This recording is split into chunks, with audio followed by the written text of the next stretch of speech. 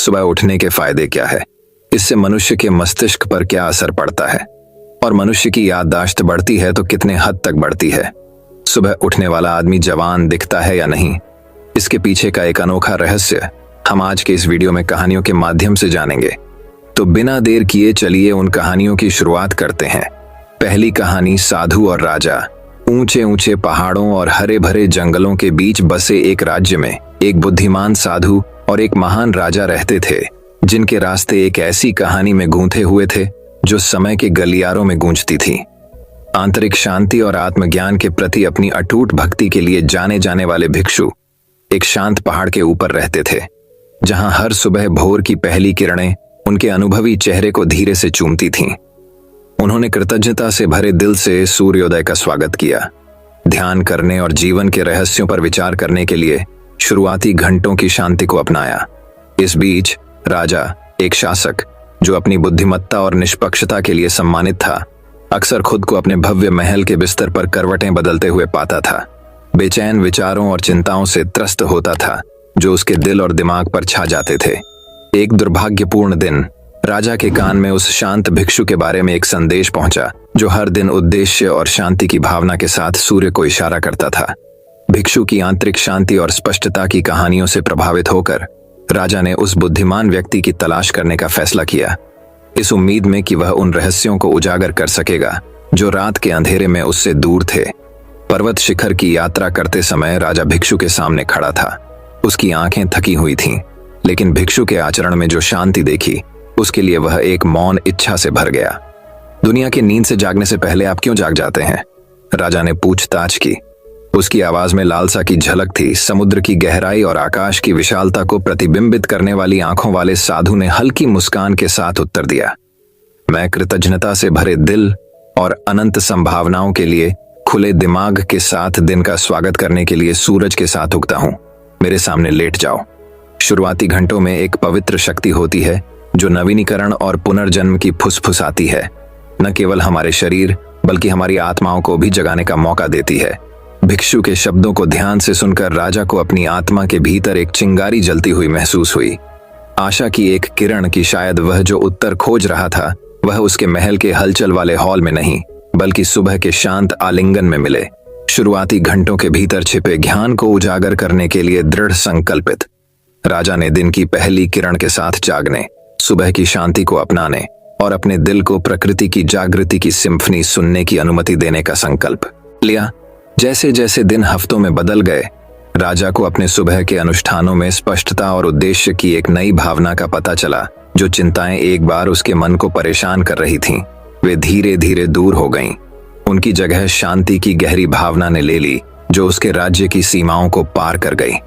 एक सुबह जब राजा साधु के पास शांत चिंतन में बैठा था तो उसके हृदय में एक एहसास खिल उठा, जैसे भोर की कोमल रोशनी में कोई फूल खिलता है। अब मैं समझ गया, राजा फुसफुसाए। उसकी आवाज भावना से कांप रही थी। शुरुआती घंटे एक उपहार लेकर आते हैं जो अकेलेपन के क्षणों को पार कर जाता है। वे हमें अपने सच्चे स्वयं से जुड़ने, अपनी आंतरिक रोशनी को अपनाने और इसे संदेह और भय की छाया के माध्यम से हमारा मार्गदर्शन करने का मौका देते हैं। भिक्षु ने मौन स्वीकृति में सिर हिलाया। उसकी आंखों में युगों का ज्ञान चमक रहा था। वास्तव में मेरे साथी, क्योंकि सुबह की शांति में हमें न केवल वे उत्तर मिलते हैं जो हम चाहते हैं, बल्कि उन चुनौतियों का सामना करने का साहस भी पाते हैं जो हमारा इंतजार कर रही हैं। और इसलिए राजा और भिक्षु आकाश के कैनवास के नीचे समान रूप से खड़े थे, जो भोर के आलिंगन की भट्टी में बने एक बंधन से एकजुट थे। साथ में वे एक ऐसी यात्रा पर निकले जो उनके जीवन की दिशा को हमेशा के लिए बदल देगी और उन सभी को प्रेरित करेगी जिन्होंने उनकी जागृति और परिवर्तन की कहानी देखी थी। जैसे ही राजा के नए ज्ञान की फुसफुसाहट पूरे राज्य में फैल गई, लोग उस उज्जवल रोशनी से आश्चर्यचकित हो गए जो अब उनके शासक की आंखों से चमक रही थी, जो उन सभी के लिए आशा और नवीकरण का मार्ग रोशन कर रही थी, जिन्होंने सूर्य के साथ जागने का साहस किया था। और इसलिए भिक्षु और राजा प्रेरणा के प्रतीक के रूप में खड़े थे। उनकी कहानी उस असीम शक्ति के प्रमाण के रूप में समय के इतिहास में गूंज रही है जो उन लोगों का इंतजार कर रही है जो सुबह जल्दी उठने के लाभों को अपनाते हैं। एक उपहार जितना अमूल्य भोर की पहली किरण ही नैतिक शुरुआती घंटों में एक पवित्र शक्ति होती है। जो नवीनीकरण और पुनर्जन्म की फुसफुसाती है, न केवल हमारे शरीर बल्कि हमारी आत्माओं को भी जागृत करने का मौका। सुबह की शांति को अपनाने से हमें अपने सच्चे स्वरूप से जुड़ने, स्पष्टता पाने और साहस और अनुग्रह के साथ जीवन की चुनौतियों से निपटने की अनुमति मिलती है। तो दर्शकों, चलिए अब हमारे दूसरे कहानी की शुरुआत करते हैं। दूसरी कहानी। हरे भरे जंगलों और पहाड़ियों के बीच बसे एक सुदूर राज्य में किंग एल्ड्रिक नाम का एक बुद्धिमान और श्रद्धेय राजा रहता था। अपनी निष्पक्षता, करुणा और बुद्धिमत्ता के लिए जाने जाने वाले उन्होंने अपने राज्य पर सौम्य लेकिन दृढ़ हाथ से शासन किया। एक दिन ब्रदर इलियास नामक एक भिक्षु के राज्य में खबर आई, जो अपनी आध्यात्मिकता और आंतरिक शांति और आत्म सुधार पर शिक्षाओं के लिए प्रसिद्ध था। भिक्षु की प्रतिष्ठा से प्रभावित होकर राजा एल्ड्रिक ने उसे दरबार और राज्य के लोगों के साथ अपना ज्ञान साझा करने के लिए महल में आमंत्रित किया। भाई एलियास नम्रता और शालीनता के साथ महल में पहुंचे। उनकी शांत उपस्थिति ने उन सभी को मंत्रमुग्ध कर दिया जो उन पर नजरें गड़ाए हुए थे। राजा और भिक्षु ने उद्देश्य और पूर्ति के जीवन जीने के महत्व पर चर्चा करते हुए गहन बातचीत में दिन बिताए। ऐसी ही एक बातचीत के दौरान राजा ने भाई एलियास से सार्थक और सफल जीवन के रहस्य के बारे में पूछा। भिक्षु ने धीरे से मुस्कुराते हुए उत्तर दिया, महाराज, उद्देश्यपूर्ण जीवन की कुंजी हमारे द्वारा अपनाई जाने वाली दैनिक आदतों और दिनचर्या में निहित है, और सबसे शक्तिशाली आदतों में से एक जिसे आप अपना सकते हैं वह है सुबह जल्दी उठने का अभ्यास। उत्सुक होकर राजा एल्ड्रिक ने जल्दी उठने के लाभों के बारे में और पूछताछ की। भाई एलियास ने समझाया कि जल्दी उठने से न केवल सूर्योदय की सुंदरता देखने को मिलती है, बल्कि ध्यान, चिंतन और आने वाले दिन की योजना बनाने के लिए कीमती समय भी मिलता है। उन्होंने इस बात पर जोर दिया कि सुबह के शुरुआती घंटों में एक विशेष जादू होता है जो पूरे दिन के लिए माहौल तैयार कर सकता है। साधु के शब्दों से प्रेरित होकर राजा ने अगले दिन सुबह होने से पहले उठने की चुनौती देने का फैसला किया। जैसे ही सूरज की पहली किरणों ने आकाश को नारंगी और गुलाबी रंग के शानदार रंगों में रंग दिया, राजा एल्ड्रिक शांत चिंतन में बैठ गए। उन्हें अपने ऊपर शांति और स्पष्टता का एहसास महसूस हुआ। इसके बाद के दिनों में राजा जल्दी उठते रहे। सुबह के शांत घंटों को आत्मनिरीक्षण, प्रार्थना और अपने राज्य और प्रजा के कल्याण के लिए रणनीति बनाने में समर्पित करते रहे। उनकी नई आदत ने उनके दिनों में अनुशासन और उद्देश्य की भावना ला दी, जिससे उन्हें अधिक ज्ञान और करुणा के साथ नेतृत्व करने की अनुमति मिली। जैसे जैसे समय बीतता गया, राजा एल्ड्रिक के जल्दी उठने का प्रभाव पूरे राज्य में स्पष्ट होने लगा।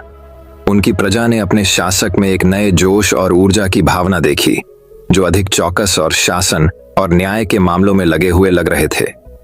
राजा के मंत्रियों और सलाहकारों ने भी उनके निर्णय लेने और नेतृत्व शैली में सकारात्मक बदलाव देखा। इसका कारण उनकी जल्दी जागने की नई आदत को बताया।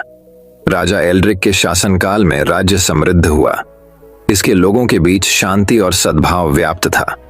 एक दिन जब भाई एलियास राज्य से विदाई लेने और अपने मठ में लौटने की तैयारी कर रहे थे, उन्होंने राजा से मिलने की इच्छा जताई। अपनी अंतिम बैठक में भिक्षु ने जल्दी उठने की प्रथा को अपनाने के लिए राजा एल्ड्रिक की सराहना की और एक विदाई उपहार साझा किया, एक सुनहरी पॉकेट घड़ी जिस पर कार्पे डायम सीज द डे लिखा हुआ था। अपनी आंखों में कृतज्ञता के आंसू के साथ राजा ने उपहार स्वीकार किया और भाई एलियास को उनकी बुद्धिमत्ता और मार्गदर्शन के लिए धन्यवाद दिया। जैसे ही भिक्षुक चला गया, राजा एल्ड्रिक ने उस गहन प्रभाव पर विचार किया जो दिनचर्या में एक साधारण बदलाव ने उनके जीवन और शासन पर लाया था। उस दिन के बाद से राज्य के लोग भिक्षु और राजा के बारे में श्रद्धापूर्ण स्वर में बात करने लगे और कहानी साझा करने लगे कि कैसे एक बुद्धिमान भिक्षु की जल्दी उठने की सलाह ने एक महान शासक को बदल दिया और बदले में उनकी प्रिय भूमि का भाग्य बदल दिया। और इसलिए भिक्षु और राजा की कहानी भाग्य को आकार देने और महानता को प्रेरित करने की एक ही आदत की शक्ति के प्रमाण के रूप में कायम रही। तो दर्शकों, चलिए अब हमारे तीसरे कहानी की शुरुआत करते हैं। हमारी तीसरी कहानी। ऊंचे पहाड़ों के बीच बसे एक सुदूर राज्य में राजा अलारिक नाम का एक बुद्धिमान और न्यायप्रिय राजा शासन करता था। उनके शासनकाल में राज्य फला फूला और इसके लोग सद्भाव और समृद्धि से रहते थे। एक दिन ब्रदर केल नाम के एक भिक्षु के बारे में बात पूरे देश में फैल गई, जो पहाड़ों के बीच एक साधारण मठ में रहता था। ऐसा कहा जाता था कि भाई केल के पास महान ज्ञान, आंतरिक शांति और परमात्मा के साथ गहरा संबंध था। भिक्षु की शिक्षाओं के बारे में उत्सुक होकर राजा अलारिक ने भाई केल से मिलने के लिए यात्रा शुरू करने का फैसला किया। राजा अपने वफादार सलाहकार के साथ मठ की ओर जाने वाले खड़ी पहाड़ी रास्तों पर एक लंबी और कठिन चढ़ाई पर निकल पड़े। जैसे ही वे मठ पहुंचे, शांत चेहरे और सौम्य मुस्कान वाले व्यक्ति भाई केल ने उनका स्वागत किया। भिक्षु ने राजा और उसके सलाहकार का खुले हाथों से स्वागत किया और उन्हें मठ में रहने और सरल जीवन शैली में भाग लेने के लिए आमंत्रित किया। राजा अलारिक भाई केल की शांति और संतुष्टि की आभा से मोहित हो गए और उन्होंने उत्सुकता से भिक्षु के ज्ञान की खोज की। एक सुबह जैसे ही भोर की पहली किरण ने आकाश को गुलाबी और सुनहरे रंग में रंग दिया, राजा अलारिक ने भाई केल को मठ के बगीचे में मौन ध्यान में बैठे पाया। राजा साधु के पास पहुंचे और उनसे उनकी आंतरिक शांति और ज्ञान के रहस्य के बारे में पूछा। भाई केल ने दयालुता से मुस्कुराते हुए उत्तर दिया, महामहिम, एक पूर्ण जीवन की कुंजी हर सुबह जल्दी उठने के सरल कार्य में निहित है। जब आप सूर्य के साथ उगते हैं तो आप अपने आप को ब्रह्मांड की प्राकृतिक लय के साथ जोड़ लेते हैं। शांति में शुरुआती घंटों में आप स्पष्टता, उद्देश्य और परमात्मा से संबंध पा सकते हैं। भिक्षु की बातों से प्रभावित होकर राजा अलारिक ने प्रतिदिन जल्दी उठने की प्रथा अपनाने का संकल्प लिया। वह भोर से पहले उठ गया। पक्षियों के गाने और सुबह की हवा में पत्तों की हल्की सरसराहट ने उसका स्वागत किया। जैसे जैसे दिन बीतते गए, राजा ने अपने भीतर एक गहरा बदलाव देखा। उसका मन साफ था, उसका दिल हल्का था और उसकी आत्मा उन्नत थी। भाई केल के मार्गदर्शन में राजा अलारिक ने ध्यान, चिंतन और चिंतन की दैनिक दिनचर्या विकसित करना शुरू किया। उन्होंने प्रकृति के बीच, पहाड़ों की सुंदरता और हवा की सरसराहट के बीच समय बिताया। राजा ने अपने दिल की बुद्धि और अपने आसपास की दुनिया की आवाज सुनना सीखा। महीने वर्षों में बदल गए और राजा अलारिक का राज्य उनके प्रबुद्ध शासन के तहत और भी अधिक समृद्ध हुआ। राजा ने भाई केल की शिक्षाओं द्वारा निर्देशित होकर करुणा और सत्यनिष्ठा से शासन किया। राज्य के लोगों ने अपने शासक की नई बुद्धिमत्ता की प्रशंसा की और उनके उदाहरण का अनुकरण करने की कोशिश की। एक दिन जब शरद ऋतु ने पहाड़ों को सोने और लाल रंग से रंग दिया, राजा अलारिक ने अपनी प्रजा को महल के प्रांगण में इकट्ठा किया। भाई केल के साथ राजा ने भीड़ को संबोधित किया, मठ की अपनी यात्रा की कहानी और भिक्षु से सीखे गए सबक साझा किए। दोस्तों, राजा ने गर्मजोशी और ज्ञान से भरी आवाज में घोषणा की, मैं आपके सामने राज्य के एक विनम्र सेवक के रूप में खड़ा हूं, जो एक भिक्षु के ज्ञान की रोशनी से निर्देशित है। आइए याद रखें कि सच्ची महानता धन में नहीं है या शक्ति, लेकिन हमारे दिलों की दयालुता और हमारी आत्माओं की बुद्धि में। हम सभी सुबह के साथ उठें, प्रत्येक दिन को कृतज्ञता के साथ स्वीकार करें और शांति और ज्ञानोदय के मार्ग पर एक साथ चलें। जैसे ही सूरज पहाड़ों के पीछे डूब गया, राज्य पर गर्म चमक बिखेरते हुए लोगों ने खुशी मनाई और अपने प्रिय राजा की सराहना की। और उस पल में दिन की धुंधली रोशनी के नीचे राजा अलारिक और भाई केल उन सभी के लिए आशा, एकता और प्रेरणा की किरण के रूप में एक साथ खड़े थे जिन्होंने उन्हें देखा था। और इस तरह भिक्षु और राजा की कहानी पहाड़ों के बीच फुसफुसाती एक किंवदंती बन गई, जो जल्दी जागने, ज्ञान को अपनाने और खुले दिल से जीने की परिवर्तनकारी शक्ति की याद दिलाती है।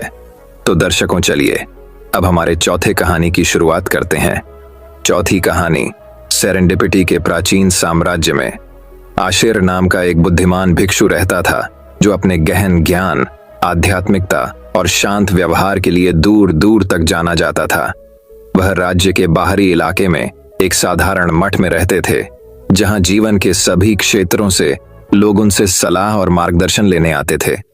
एक दिन सेरेंडिपिटी के राजा अलेक्जेंडर ने भिक्षु की प्रतिष्ठा के बारे में सुना और उससे मिलने का फैसला किया। राजा एक शक्तिशाली शासक था, लेकिन वह अक्सर अपनी जिम्मेदारियों के बोझ और अपने राज्य की मांगों से परेशान रहता था। उसे आशा थी कि भिक्षु उसे अपना बोझ कम करने के लिए कुछ ज्ञान प्रदान कर सकता है। जैसे ही राजा अलेक्जेंडर मठ के पास पहुंचे, वह इसकी सरल सुंदरता और शांतिपूर्ण वातावरण से चकित रह गए। उसने आशेर को आंगन में सुगंधित फूलों और चहचहाते पक्षियों से घिरा हुआ शांति से बैठा पाया। साधु ने गर्मजोशी भरी मुस्कान के साथ राजा का स्वागत किया और उसे अपने पास बैठने के लिए आमंत्रित किया। आपका स्वागत है महामहिम, आशेर ने कहा। आज तुम्हें मेरे विनम्र निवास में क्या लाया है? राजा ने आदरपूर्वक सिर झुकाया और उत्तर दिया, महान भिक्षु आशेर, मैं आपकी बुद्धि जानने आया हूं। मैं इस राज्य का शासक हूं, लेकिन मैं अक्सर अपने कर्तव्यों से अभिभूत महसूस करता हूं। मैं अपने जीवन में शांति और संतुलन पाने के लिए संघर्ष करता हूं। कृपया मार्गदर्शन करें। मैं आंतरिक सद्भाव की राह पर हूं। आशेर ने राजा के शब्दों को सोच समझकर सुना और फिर धीरे से बोला, महामहिम, शांति और संतुलन पाने की कुंजी सुबह जल्दी उठने के सरल लेकिन शक्तिशाली कार्य में निहित है। जब आप सूर्य के साथ उगते हैं तो आपका स्वागत किया जाता है। दुनिया के जागने से पहले भोर की शांति, दिन का यह समय पवित्र और संभावनाओं से भरा है। यह चिंतन, मनन और आने वाले दिन के लिए इरादे तय करने का समय है। राजा साधु की बातों से प्रभावित हुआ और उसने उसकी सलाह मानने की कसम खाई। अगली सुबह राजा अलेक्जेंडर भोर से पहले उठे। जैसे ही आकाश गुलाबी और सुनहरे रंग में रंगा हुआ था, जैसे ही वह शांत ध्यान में बैठा, अपने चारों ओर जाग रही प्रकृति की आवाजों को सुन रहा था, उसे अपने ऊपर शांति का एहसास हुआ। जैसे जैसे दिन बीतते गए, राजा ने साधु के मार्गदर्शन का पालन करते हुए हर सुबह जल्दी उठने की आदत बना ली। उन्होंने पाया कि इस बहुमूल्य समय ने ही उन्हें अपने आंतरिक स्व से जुड़ने, अपने विचारों को स्पष्ट करने और अपने कर्तव्यों को एक नए उद्देश्य और स्पष्टता के साथ अपनाने की अनुमति दी। आशेर की देखरेख में राजा अलेक्जेंडर का शासन अधिक न्यायपूर्ण और दयालु हो गया। उनके बुद्धिमान नेतृत्व में राज्य समृद्ध हुआ और लोग फले फूले। राजा की शांति और संतुलन की नई भावना पूरे राज्य में फैल गई, जिसने वहां रहने वाले सभी लोगों के दिलों को छू लिया। साल बीतते गए और राजा अलेक्जेंडर बूढ़ा और थका हुआ हो गया। अपनी मृत्युशैया पर अपने प्रियजनों और सलाहकारों से घिरे हुए उन्होंने आशेर को अपने साथ रहने के लिए बुलाया। भिक्षु शांत मुस्कान के साथ पहुंचे। उनकी आंखें ध्यान से चमक रही थीं। महान भिक्षु आशेर, राजा फुसफुसाए, मुझे आंतरिक सद्भाव और पूर्णता का मार्ग दिखाने के लिए धन्यवाद। आपकी शिक्षाओं ने मेरे जीवन और मेरे लोगों के जीवन को बदल दिया है। मैं शब्दों से परे आभारी हूं। आशेर ने राजा के माथे पर एक कोमल हाथ रखा और उत्तर दिया, महामहिम, यह आपकी अपनी आंतरिक शक्ति और ज्ञान प्राप्त करने की इच्छा थी जिसने यह परिवर्तन लाया। याद रखें, सच्ची महानता शक्ति या धन में नहीं, बल्कि सुनने की क्षमता में निहित है। अपनी आत्मा की फुसफुसाहट के अनुसार और अपने दिल के मार्गदर्शन का पालन करें। उन अंतिम शब्दों के साथ राजा अलेक्जेंडर ने अपनी आंखें बंद कर लीं और अपनी अंतिम सांस ली। उनकी आत्मा को शांति मिली। राज्य ने अपने प्रिय शासक की मृत्यु पर शोक व्यक्त किया, लेकिन उसे अपने पीछे छोड़ी गई ज्ञान और करुणा की विरासत से सांत्वना मिली। और इसलिए बुद्धिमान साधु और प्रबुद्ध राजा की कहानी युगों युगों तक सुबह जल्दी उठने, आंतरिक ज्ञान की आवाज सुनने और दयालु हृदय के साथ नेतृत्व करने के गहन लाभों की याद के रूप में प्रसारित की गई। तो दर्शकों, चलिए अब हमारे 5वीं कहानी की शुरुआत करते हैं। 5वीं कहानी पहाड़ियों और हरे भरे जंगलों के बीच बसे एक शांतिपूर्ण राज्य में किंग एलिस्टेयर नाम का एक बुद्धिमान और परोपकारी राजा राज्य करता था। उनका शासनकाल समृद्धि और सद्भाव से चिह्नित था, जो उनके न्यायपूर्ण शासन और अपनी प्रजा की भलाई के प्रति अटूट प्रतिबद्धता के माध्यम से अर्जित किया गया था। दूर दूर से लोग उनकी सलाह और ज्ञान प्राप्त करने के लिए यात्रा करते थे। राज्य के किनारे पर एक विचित्र मठ में ब्रदर सेड्रिक नाम का एक विनम्र भिक्षु रहता था। वह अपनी असाधारण धर्म परायणता, बुद्धिमत्ता और दूसरों की सेवा के प्रति समर्पण के लिए जाने जाते थे। हर सुबह जैसे ही भोर की पहली किरणें आकाश को गुलाबी और सुनहरे रंग में रंग देती थीं, भाई सेड्रिक प्रकृति की शांत सुंदरता से घिरे हुए ध्यान में गहरे डूबे हुए पाए जाते थे। एक दुर्भाग्यपूर्ण दिन राजा के दरबार में खबर पहुंची कि एक पड़ोसी राज्य ने अपने क्षेत्र और शक्ति का विस्तार करने के इरादे से युद्ध की तैयारी शुरू कर दी है। राजा एलिस्टेयर जानते थे कि उन्हें अपने लोगों और अपने राज्य की रक्षा के लिए शीघ्रता से कार्य करना होगा। मार्गदर्शन के लिए बेताब उसने भाई सेड्रिक की बुद्धिमत्ता प्राप्त करने का निर्णय लिया, जो अपनी अंतर्दृष्टि और दूरदर्शिता के लिए दूर दूर तक जाने जाते थे। अगली सुबह सूरज उगने से पहले ही राजा एलिस्टेयर मठ की ओर चले गए, जहां उन्होंने भाई सेड्रिक को ध्यान में डूबे पाया। चिंता से भारी हृदय के साथ राजा ने धैर्यपूर्वक साधु के चिंतन से बाहर आने का इंतजार किया।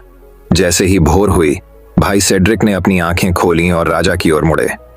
उनकी अभिव्यक्ति शांत लेकिन ज्ञान से भरी थी। महामहिम, उन्होंने शुरू किया, जीत का रास्ता आपकी सेनाओं की ताकत में नहीं, बल्कि आपके संकल्प की ताकत और आपके उद्देश्य की स्पष्टता में निहित है। अपने लोगों को जीत की ओर ले जाने के लिए आपको सबसे पहले अपने भीतर के अंधेरे पर विजय प्राप्त करनी होगी, अपने आप को।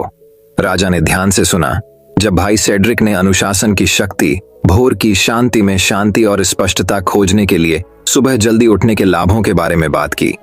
उन्होंने आगे आने वाली चुनौतियों का सामना करने के लिए आत्मचिंतन, आंतरिक शक्ति और ज्ञान विकसित करने के महत्व के बारे में बात की। भाई सेड्रिक के शब्दों से प्रेरित होकर राजा एलिस्टेयर ने हर सुबह जल्दी उठने, अपने दिमाग को शांत करने और अपनी आंतरिक आवाज का मार्गदर्शन लेने की कसम खाई। नए उद्देश्य और दृढ़ संकल्प के साथ वह अपने राज्य में लौट आया और किसी भी परीक्षण का सामना करने के लिए तैयार हो गया। अगले दिनों में जैसे ही राज्य युद्ध के लिए तैयार हुआ, राजा एलिस्टेयर ने अपने भीतर एक बदलाव देखा। शांत चिंतन में बिताई गई शुरुआती सुबहों ने उन्हें स्पष्टता और उद्देश्य की भावना दी, जिससे उनका ध्यान केंद्रित हुआ और उनका संकल्प मजबूत हुआ। प्रत्येक बीतते दिन के साथ उनके लोगों ने एक राजा को परिवर्तित होते देखा, एक ऐसा नेता जो भय या अनिश्चितता से नहीं बल्कि ज्ञान और आंतरिक शक्ति से निर्देशित होता था। जब पड़ोसी राज्य की सेनाओं ने अंततः राजा एलिस्टेयर के राज्य की सीमाओं पर चढ़ाई की, तो उनका सामना हिंसा और आक्रामकता से नहीं बल्कि शांति से हुआ, जो स्वयं पृथ्वी से ही उत्पन्न हुई प्रतीत होती थी।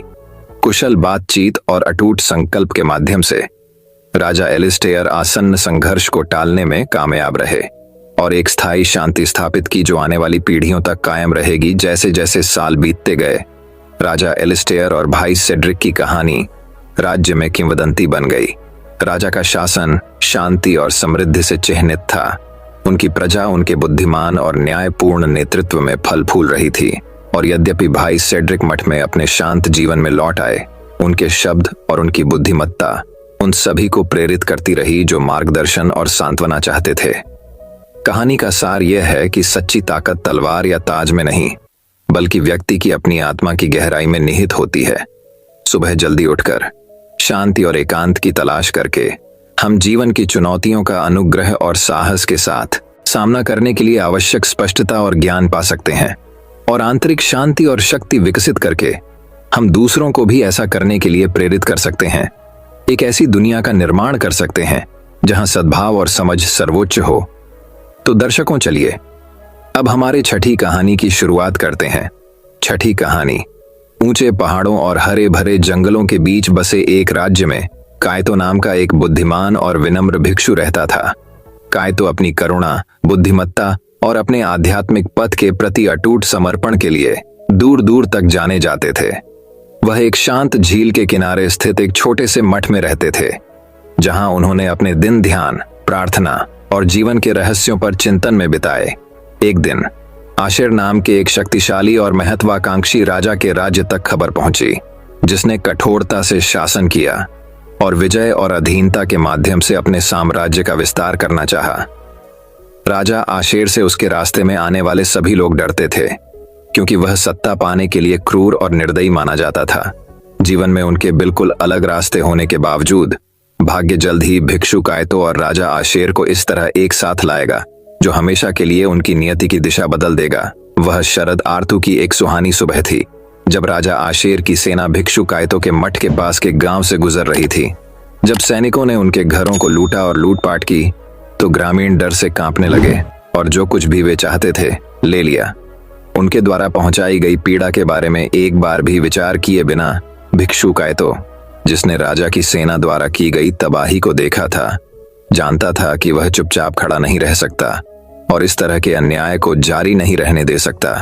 करुणा से भरे हृदय और वर्षों की आध्यात्मिक साधना से तेज दिमाग के साथ उसने राजा आशेर के पास जाने और उसे मार्गदर्शन देने का फैसला किया, जो उम्मीद है कि राजा को एक उच्च सत्य के प्रति जागृत करेगा।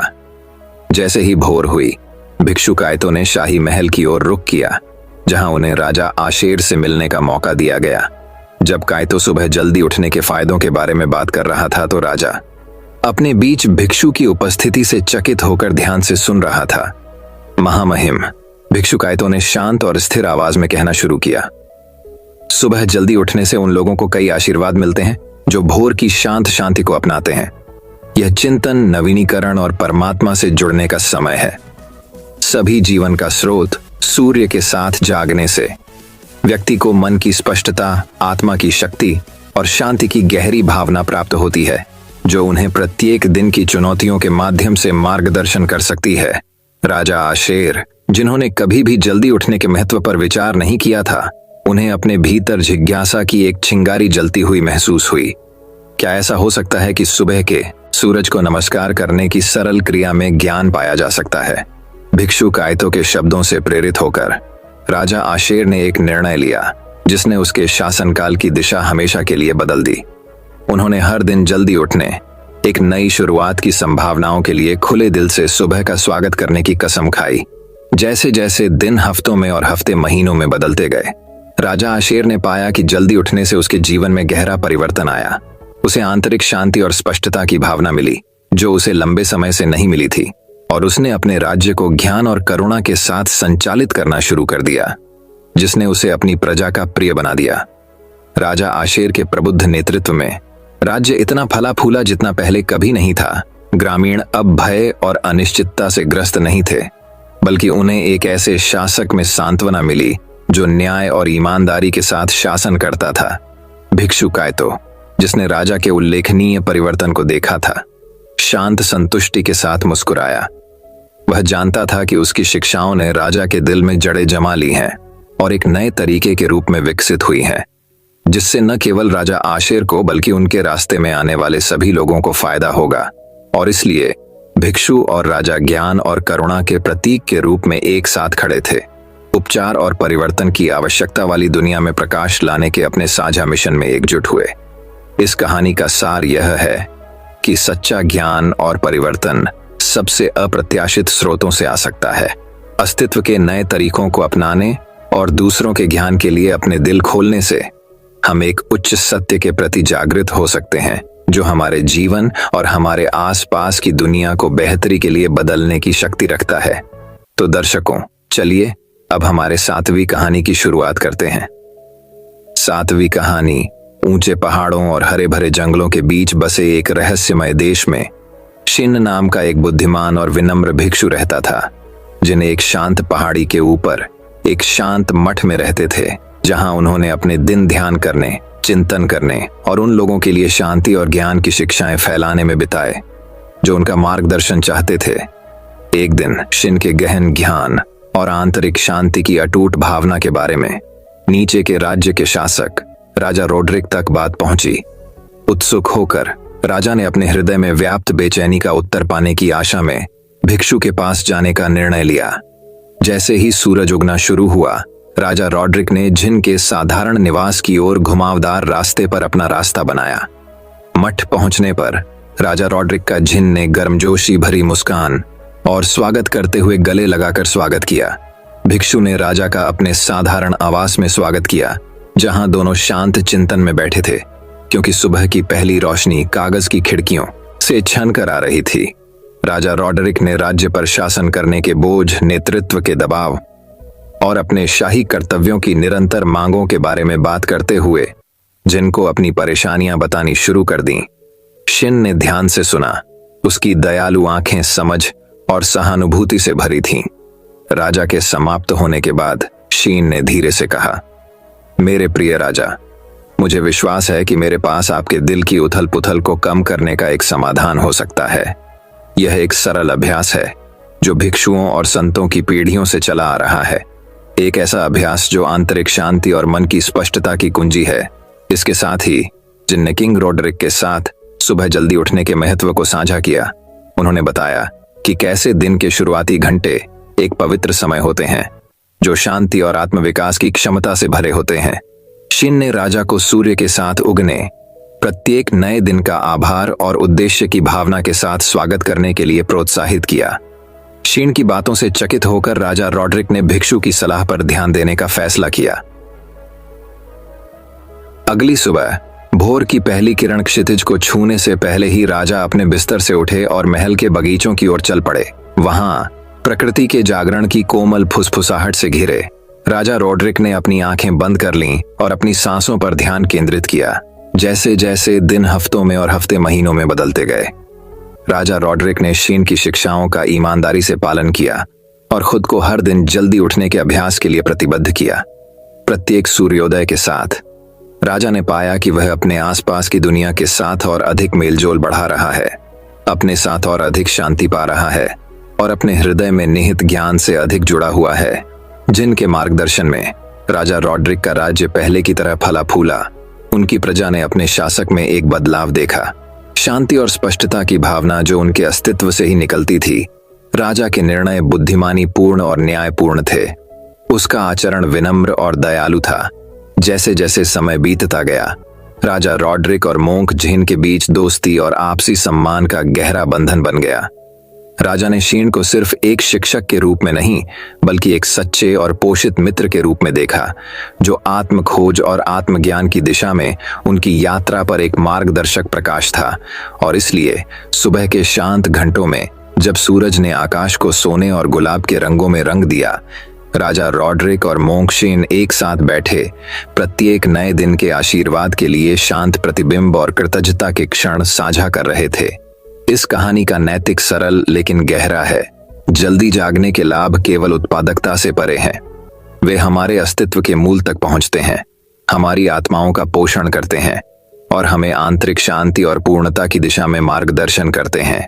जिस तरह की रॉड्रिक ने कृतज्ञता से भरे दिल के साथ हर दिन अभिवादन करने की परिवर्तनकारी शक्ति की खोज की, उसी तरह हम भी सुबह के शांत क्षणों में छिपी छिपी क्षमता को उजागर कर सकते हैं। चलिए अब 8वीं कहानी शुरू करते हैं।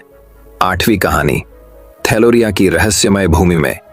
मास्टर जेनिथ नामक एक बुद्धिमान भिक्षु और किंग लियोन नामक एक महान राजा रहते थे। मास्टर जेनिथ अपने गहन ज्ञान और शांतिपूर्ण आचरण के लिए दूर दूर तक जाने जाते थे, जबकि किंग लियोन अपने न्यायपूर्ण शासन और अटूट साहस के लिए पूजनीय थे। अपने बिल्कुल अलग जीवन और जिम्मेदारियों के बावजूद भिक्षु और राजा ने सुबह जल्दी जागने की शक्ति में एक आम धारणा साझा की।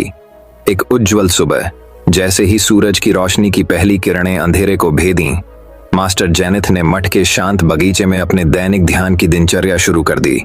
दूसरी ओर राजा लियोन अपने राजसी महल की दीवारों पर खड़ा था और नीचे हलचल भरे शहर को देख रहा था। इसी शांत क्षण में भाग्य ने साधु और राजा के बीच मुठभेड़ करा दी।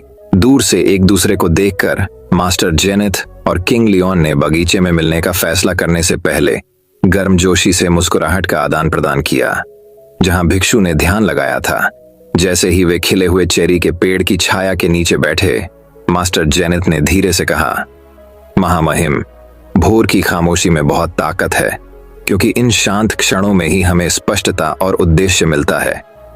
भिक्षु के शब्दों से उत्सुक होकर राजा लियोन ने आगे पूछा, मास्टर जेनिथ, आप जल्दी जागने के लाभों पर विश्वास क्यों करते हैं? भिक्षु ने कुछ देर के लिए अपनी आंखें बंद कर लीं और जवाब देने से पहले गहरी सांस ली। जब हम दिन की पहली किरण के साथ जागते हैं, तो हम समय के उपहार को गले लगाते हैं। शुरुआती घंटे हमें दिन के लिए प्रतिबिंबित करने, योजना बनाने और इरादे निर्धारित करने का अवसर देते हैं। आगे यह आत्म खोज और विकास का एक पवित्र समय है। राजा लियोन ने भिक्षु की बुद्धिमत्ता पर विचार किया और उसके शब्दों में सच्चाई को महसूस किया। उन्होंने मास्टर जेनिथ से कहा, मैं अक्सर खुद को एक राज्य पर शासन करने की मांगों से घिरा हुआ पाता हूँ। सुबह की सुंदरता की सराहना करने के लिए शायद ही कभी रुकता हूँ। भिक्षु ने राजा के कंधे पर हाथ रखा और धीरे से कहा, महाराज, सबसे महान शासक वे हैं जो संतुलन के महत्व को समझते हैं। भोर की शांति में अपने मन और आत्मा का पोषण करके आप अधिक ज्ञान और करुणा के साथ नेतृत्व करेंगे। मास्टर जेनिथ की शिक्षाओं से प्रेरित होकर राजा लियोन ने हर सुबह जल्दी उठने और अपने राजसी कर्तव्यों को पूरा करने से पहले शांत चिंतन में समय बिताने का संकल्प लिया। जैसे जैसे दिन हफ्तों में और हफ्ते महीनों में बदलते गए, राजा ने अपने भीतर एक गहरा परिवर्तन देखा। उनके निर्णय स्पष्टता से निर्देशित होते थे, उनका हृदय सहानुभूति से भरा हुआ था और उनके प्रबुद्ध शासन के तहत उनका राज्य फलता फूलता था। एक दिन राज्य में एक भव्य उत्सव के दौरान राजा लियोन अपनी प्रजा के सामने खड़े हुए और उन्हें नए जोश और विनम्रता के साथ संबोधित किया। मेरे प्रिय विषयों, उन्होंने शुरू किया, यह एक कृतज्ञ हृदय के साथ है कि मैं मास्टर जेनिथ द्वारा मुझे दिए गए ज्ञान को आपके साथ साझा करता हूं। सुबह की शांति को अपनाकर मैंने नेतृत्व का असली सार और असीम क्षमता की खोज की है। वह हम में से प्रत्येक के भीतर निहित है। राज्य तालियों की गड़गड़ाहट से गूंज उठा। अपने राजा के प्रति प्रशंसा और सम्मान की गूंज से गूंज उठा। भीड़ के बीच खड़े मास्टर जेनिथ जानबूझकर मुस्कुराए। उनकी आंखें उस परिवर्तनकारी यात्रा के लिए गर्व से चमक रही थीं जो राजा ने शुरू की थी, और इसलिए भिक्षु और राजा की कहानी थेलोरिया के इतिहास में एक किंवदंती बन गई, जो सुबह जल्दी उठने के गहरे प्रभाव और आत्म सुधार की शाश्वत खोज का प्रमाण है। उनकी कहानी की नैतिकता पूरे देश में गूंज उठी, जिसने भी इसे सुनने वाले सभी को खुले दिल और प्रबुद्ध दिमाग के साथ सुबह को गले लगाने के लिए प्रेरित किया। दोस्तों, मैं उम्मीद करता हूं कि यह कहानी सुनने से आपके जीवन में अच्छे बदलाव आए होंगे। आपको इस वीडियो से क्या सीखने मिला, ये कमेंट करके जरूर बताइए।